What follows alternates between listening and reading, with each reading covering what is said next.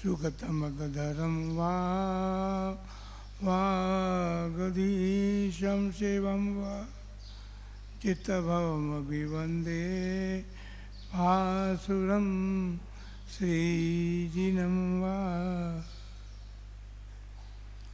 देवादिदेव 1008 श्री मुनि सुब्रतनाथ भगवान की 20वीं सदी के प्रथमाचार्य चारित्र चक्रवर्ती आचार्य श्री शांति सागर जी महाराज, परम पूज्य आचार्य श्री वीर सागर जी महाराज की, परम पूज्य आचार्य श्री शिव सागर जी महाराज की, परम पूज्य दीक्षा गुरुवर्य आचार्य श्री धर्म सागर जी महाराज की, परम पूज्य आचार्य श्री अजित सागर जी महाराज की, परम पूज्य शिक्षा गुरुवर्य आचार्य कल्पश्री सुत सागर जी महाराज की, श्रीमद् जैन धर्म की।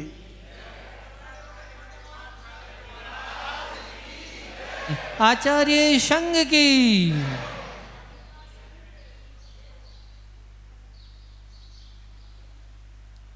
संसार में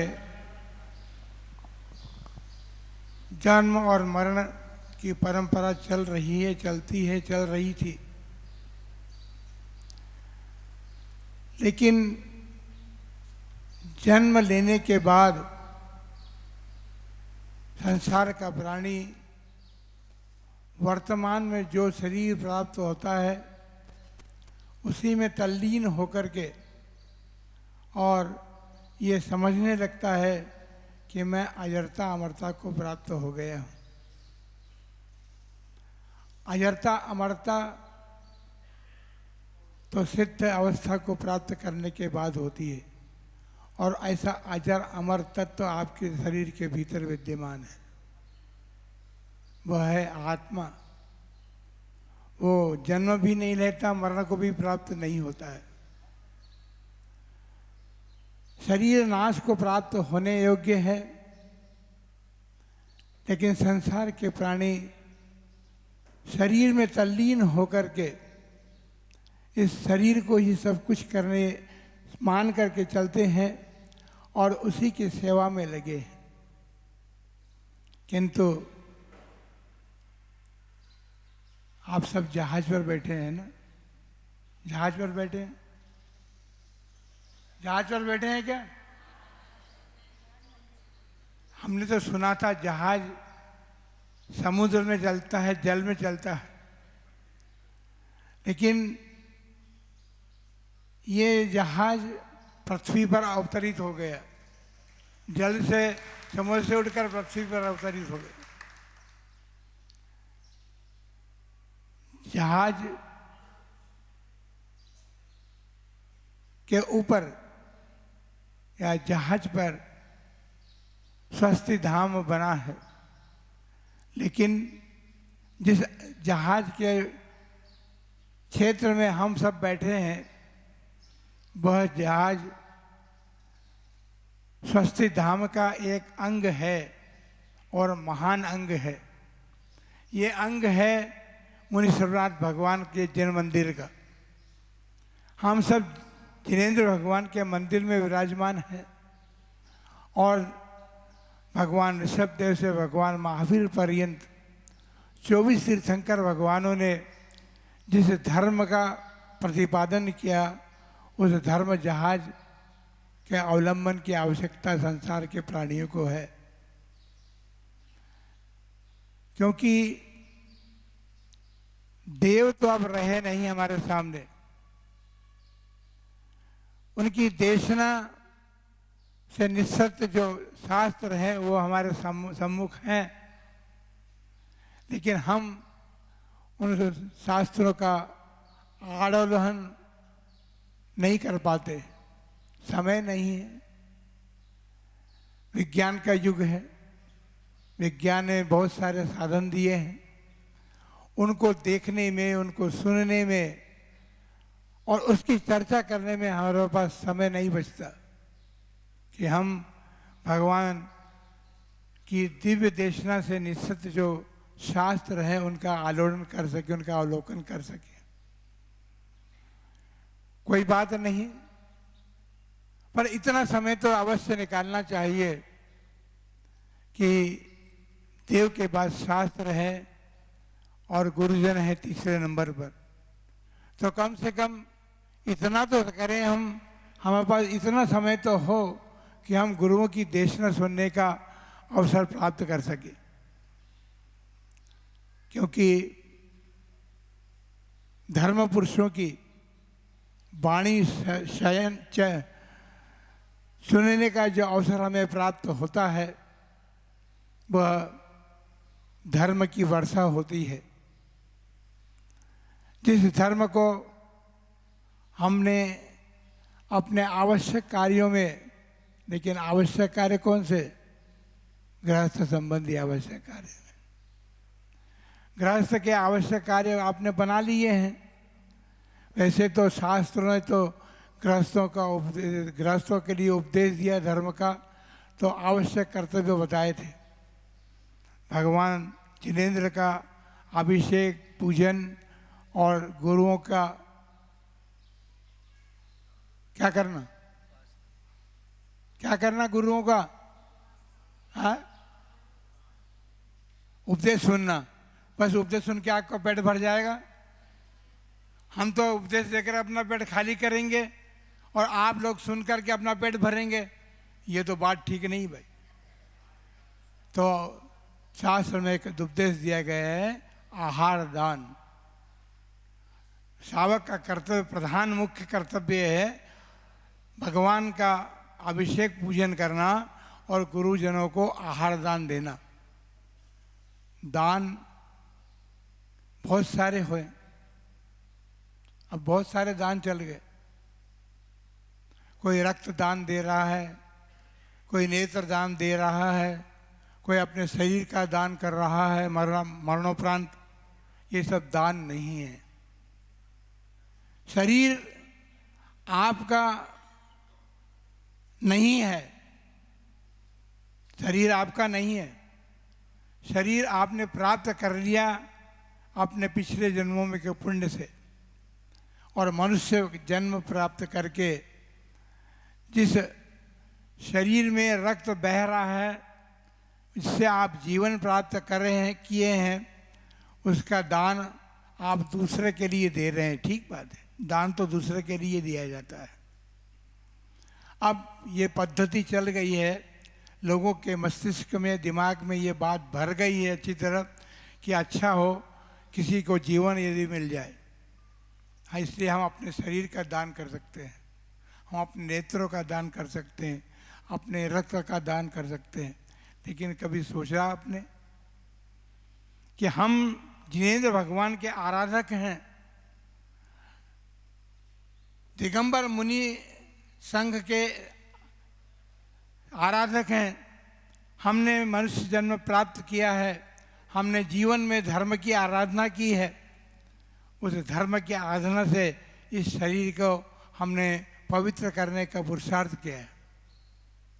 अब यदि आपने अपने शरीर के अंगों का दान किया है, वो अंग डॉक्टर लोग जो हैं, चिकित्सक लोग, किसको देंगे? रक्त किसको दिया जाएगा? रक्त के बाद नेत्र किसको दिए जाएंगे? इस पर विचार नहीं किया आपने। ये पाश्चात्य संस्कृति है और ये क्रिश्चियनों की संस्कृति है कि ये शरीर दान आदि देने की बात जो है हमने अपना ली। शरीर है, वैसे पुद्गल है, पुद्गल का दान करने का कोई विधान नहीं कहा। हाँ, नहीं कहा। तो फिर ये जहाज मंदिर कैसे बन गया? जहाज मंदिर कैसे बन गया? आपने पुद्गल का भी दान किया है, लेकिन पुद्गल का दान उस पुद्गल का दान किया है जो धन आपने न्याय नीति पूर्वक संपन्न कमाया था, उसको इस मंदिर के निर्माण के लिए आपने दान किया।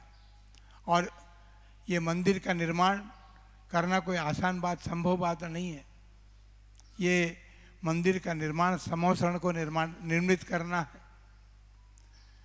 जिस प्रकार समोसरण में साक्षात जिनेंद्र भगवान विराजमान रहते हैं, उनकी दिव्य देशना, दिव्य ध्वनि खिलती है और समोसण में स्थित 12 सभा में सभी लोग 3 गति के जीव, नरक गति के जीव नहीं आते। देव, मनुष्य और तिर्यंच उन 12 सभाओं में विद्यमान रहते हैं। तिर्यंचों की अलग सभा है, मनुष्यों की अलग सभा है और बाकी सब देवताओं की सभा है। साथ में मनुष्य की सभा से ऊपर उठ गए, मनुष्य गति से जो ऊपर उठ चुके हैं, गणधर मुनिजन, उनकी सभा है। आरिका गण की सभा है और आरिकाओं की सभा में श्राविका का स्थान है। श्राविकाओं की अलग से सभा नहीं लगी है, इनकी अलग सभा अवश्य है पुरुषों की, लेकिन आपकी अलग सभा नहीं है। आपको आरिकाओं के साथ बैठ करके वहाँ धर्म श्रवण करना पड़ता है, करना चाहिए। ठीक है, कोई बात नहीं। अभी अपन समोसण में नहीं बैठे हैं, ध्यान रखो।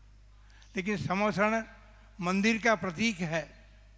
ये समोसण यहाँ पर आने वाले व्यक्ति यदि भगवान जिनेंद्र का दर्शन करेंगे, दर्शन जो है वो सम्यक दर्शन का कारण बनता है। जिनबिंब दर्शन, यहाँ साक्षात भगवान विराजमान नहीं है, लेकिन एक पाषाण की प्रतिमा जो बनी थी उसको हमने पंच कल्याण प्रतिष्ठा के माध्यम से इसमें देवत्व का संस्कार किया है और इनको साक्षात भगवान मान करके हमें इनका दर्शन पूजन आदि करना चाहिए। ये जिनबिंब दर्शन जो है सम्यक दर्शन का बहिरंग कारण है और जो लोग जिनालय में जाकर के इस जिनबिंबों का दर्शन करते हैं वे सम्यक दर्शन प्राप्ति के अधिकारी बनते हैं। बल्कि ये कहें कि जिनकी इन जिनबिंबों पर श्रद्धा होती है, वो श्रद्धा जो है वह आपको सम्यक दर्शन प्राप्त कराने में कारण बनती है।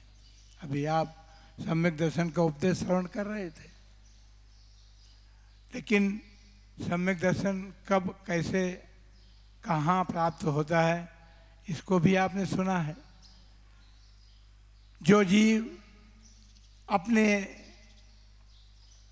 संगीत्व को प्राप्त होता है, संज्ञा जिसके प्राप्त है, जो पंचेंद्रिय है और संज्ञा को प्राप्त जीव है, असंगी जीवों को सम्यक दर्शन नहीं होता। असंगी जीव तो समोसण में भी नहीं जाता। वहाँ पर समोसण की 12 सभा में जो लोग बैठे हैं सब संगी पने को प्राप्त है, उनके पास मन है और जिनके पास मन होता है वो संगी कहलाते हैं। तो अब आप सब कौन है? संगी हैं? संगी तो भगवान तो बोल नहीं रहे हैं, फिर भी आप समोसण में विराजमान हैं। लेकिन ये बिना बोलते भगवान भी उपदेश देते हैं। खुले कान चाहिए, इनके उपदेश को सुनने के लिए कानों को खुला रखना पड़ता है। हम जब भी भगवान के दर्शन करते हैं, हम जिन भगवान के भी दर्शन किए, हमें ऐसा लगा भगवान को उपदेश दे रहे हैं। हाथ पर हाथ रख करके बैठे हुए ना, क्या उपदेश है? बिना बोले उपदेश हो रहा है ना। सुख चाहने वाले संसार के भव्य प्राणियों, जिस प्रकार मैं हाथ पर हाथ रख करके बैठा हूँ, उस प्रकार की स्थिति को आप प्राप्त हो जाएंगे तो आप भी सुखी हो जाएंगे। बताइए, ये कम उपदेश है क्या? लेकिन अपन हाथ पर हाथ रख करके बैठते नहीं हैं। 10 मिनट तो बैठी। आचार्य शांति सागर जी महाराज ने चारी चक्रवर्ती ने उपदेश में कहा था कि कम से कम 5 मिनट अपना चिंतन करने का समय निकालिए। हाथ पर हाथ रख करके, आंख बंद करके अपना चिंतन की मैं कौन हूँ। बड़े सौभाग्य की बात थी, है? ठीक ही है, हाँ, हम तो थी है कहेंगे। वो ब्यावर नगर राजस्थान का, जहाँ परम पूज्य चारी चक्रवर्ती आचार्य श्री शांति सागर जी महाराज चातुर्मास कर रहे थे और वहीं पर छाणी वाले आचार्य श्री शांति सागर जी महाराज ने साथ में चातुर्मास करके दोनों संग एक साथ बैठ करके चातुर्मास संपन्न किया। ये साधु जनों की परस्पर में विनम्रता का अभाव होता है। छाणी वाले शांति सागर जी महाराज अत्यंत विनम्र थे। उन्होंने आचार्य श्री शांति सागर जी महाराज के पास जाकर के जो अपनी भक्ति प्रदर्शित की थी, वो भक्ति आज देखने को नहीं मिलती है। परम पूज्य चारित्र चक्रवर्ती आचार्य श्री शांति सागर जी महाराज के प्रथम पट्टाधीश आचार्य वीर सागर जी महाराज, और जिनने महावीर कीर्ति जी महाराज को क्षुल्लक दीक्षा प्रदान की थी, गुरु आज्ञा लेकर के महावीर कीर्ति जी महाराज विशेष अध्ययन करने के लिए शांति सागर जी महाराज के अंतिम शिष्य जो सुधर्म सागर जी से मोराना के थे, और उनके पास जाकर के उन्होंने विशेष अध्ययन किया। 18 भाषा के ज्ञाता थे महावीर कीर्ति जी महाराज, लेकिन उनके ज्ञान में यंत्र मंत्र तंत्र आदि के ज्ञाता थे, और उनके ज्ञान में ये आया कि इस वर्ष मेरे क्षुल्लक दीक्षा गुरु की समाधि हो सकती है। सुदूरवर्ती स्थान से भी उन्होंने प्रार्थना की और निवेदन किया, महाराज से पूछा कि मैं क्या आपके पास आ सकता हूं, और आए। आचार्य पद पर स्थित होने के बावजूद भी आचार्य शांति सागर वीर सागर जी महाराज को नमस्कार कर रहे हैं। इसका चित्र मौजूद है अभी। ये होती विनय गुरुओं की। गुरु में गुरुत्व भाव, शिष्यों में गुरुत्व भाव होता है, तो वो अपने पास इस प्रकार का व्यवहार करता है अपने गुरुजनों के साथ। बंधुओं, आचार्य चारित्र चक्रवर्ती आचार्य शांति सागर जी महाराज तो इस युग के सर्वोपरि आचार्य हुए हैं, इसलिए क्योंकि चक्रवर्ती थे, और अपने समय में चक्रवर्ती एक ही होता, दो चक्रवर्ती एक साथ नहीं होते, दो तीर्थंकर एक साथ नहीं होते। लेकिन आज चक्रवर्ती बनने की होड़ लगी हुई है। नाने नाने प्रकार के शब्द चुने जा रहे हैं। मैं बोलता हूं अभी एक धर्म बाकी है, धर्म चक्रवर्ती बनिए। कौन मना करता है? मना कोई नहीं करेगा इस समय, इस युग में।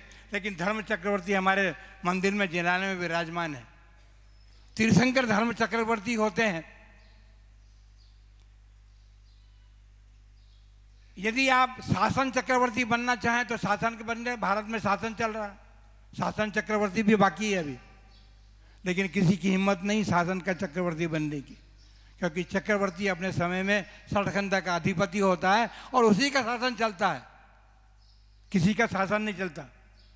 लेकिन किसी भी चक्रवर्ती ने धर्म चक्रवर्ती की होड़ करने की, उनके बराबर बनने की बात नहीं की। आज जो कुछ भी हो रहा है आप सब सुन रहे हैं, देख रहे हैं। आचार्य शांति सागर जी महाराज छाणी वाले जब आचार्य महाराज के पास गए, उन्होंने जो एक 16 कान भावना में विनय भावना है, उस विनय भावना का जो प्रदर्शन उन्होंने किया, वो विनय भावना आज का देखने में नहीं मिलती। आज तो होड़ लगी है। चक्रवर्ती शब्द को के साथ अपने नाम को जोड़ने के लिए चक्रवर्ती शब्द का होड़ में लगे हैं शब्द। चक्रवर्ती अपने समय में शांति सागर जी महाराज दक्षिण के जो थे वही हुए हैं और वही थे। उसके बाद किसी ने भी चक्रवर्ती शब्द अपने साथ नहीं लगाया। उनकी परंपरा के शिष्यों ने, अन्य संघ के साधुओं ने, आचार्यों ने कभी चक्रवर्ती शब्द अपने साथ नहीं लगाया। आचार्य शांति सागर जी महाराज छाणी वाले भी अपने साथ चक्रवर्ती लगा सकते थे, लेकिन नहीं लगाया उन्होंने अपने जीवन काल में। ये बंधुओं, ये विनय होती है। साधुओं के प्रति, जो गुरुओं के प्रति विनय भाव होता है, वो विनय भाव हमारे जीवन को निर्मल बनाने में कारण बनता है। बंधुओं, जहाजपुर हम बहुत 40 वर्ष पहले आए थे, पर जहाज का मंदिर नहीं था उस समय। उस समय जिनालय गांव के अंदर था, वहाँ पर भी दर्शन किए। वहाँ पर भी एक प्रतिमा निकली हुई विराजमान है, नेमिनाथ भगवान, और नेमिनाथ भगवान के साथ साथ वहाँ पर मुनीश्वरनाथ भगवान भी विराजमान है। इसके साथ आचार्य कल्पवृक्ष सागर जी महाराज के साथ हम आए थे। हमने वहाँ के भी दर्शन किए हैं। कुछ दिन निवास आवास भी हमारा वहाँ पर हुआ है और वो स्मृति आज तक बनी हुई है। हमने संघ में कई बार चर्चा की है कि जहाज के मंदिर में मुनीश्वरनाथ भगवान विराजमान है, लेकिन जहाज मंदिर बनने से पहले हमने तो मुनीश्वरनाथ भगवान के दर्शन या नेमिनाथ भगवान के दर्शन जहाजपुर में किए। ये जहाज बनाने की कल्पना हम सोच रहे थे कि माताजी के मन में कैसी आई। माताजी ने मंदिर भी नहीं बनाया है, माताजी कारीगर नहीं है, माताजी धर्म माता हैं और धर्मात्मा लोगों का ये कर्तव्य होता है, वे श्रावकों को प्रेरणा दे सकते हैं, उपदेश देते हैं और उनको ये धर्मालय और धर्म स्थान बनाने की प्रेरणा दे करके और वो करते हैं। उन्होंने प्रेरणा दे करके उनको आपको जगाया, सोए हुए श्रावकों को जगाया और सोए हुए श्रावक जो थे वो जगे और ये आज इतना बड़ा भव्य विशाल जिनालय बन चुका है। बंधुओं, आपने मनुष्य जन्म प्राप्त किया है, अपने मन में सांस कितनी है? सांसें हैं ना? सांस सबके चल रही है कि नहीं चल रही है? विश्वास है आपकी सांसों पर? हाँ, विश्वास है। अब हम ये कहना चाहते हैं कि जब तक जितनी सांसें आपकी हैं, जिस प्रकार अपनी सांसों को प्रति अपने जीवन में प्राण के प्रति आपका मन करता है और हम अपनी सांसों को बचाने में लगे हुए हैं, उसी प्रकार से धर्म को 20वीं शताब्दी में बचाने वाले चारी चक्रवर्ती आचार्य श्री शांति सागर जी महाराज और आचार्य श्री शांति सागर जी महाराज छाणी वालों ने अपने जीवन काल में धर्म को बचाया है। वो धर्म नहीं बचाते तो आज ये हरा भरा बगीचा देखने को हमको नहीं मिल सकता था। बंधुओं, धर्म को बचाने का कार्य जिन्होंने किया, जिन्होंने संस्कृति को बचाने का कार्य किया है, उनके प्रति हमारे मन में अहोभाग्य जगना चाहिए। उनके बराबर बनने का प्रयत्न नहीं करना चाहिए, उनके भाव हमारे मन में जगने चाहिए। हम जो उस समय साधु जन थे, उन्होंने भी चारी चक्रवर्ती आचार्य श्री शांति सागर जी महाराज के बराबर बनने का प्रयत्न नहीं किया।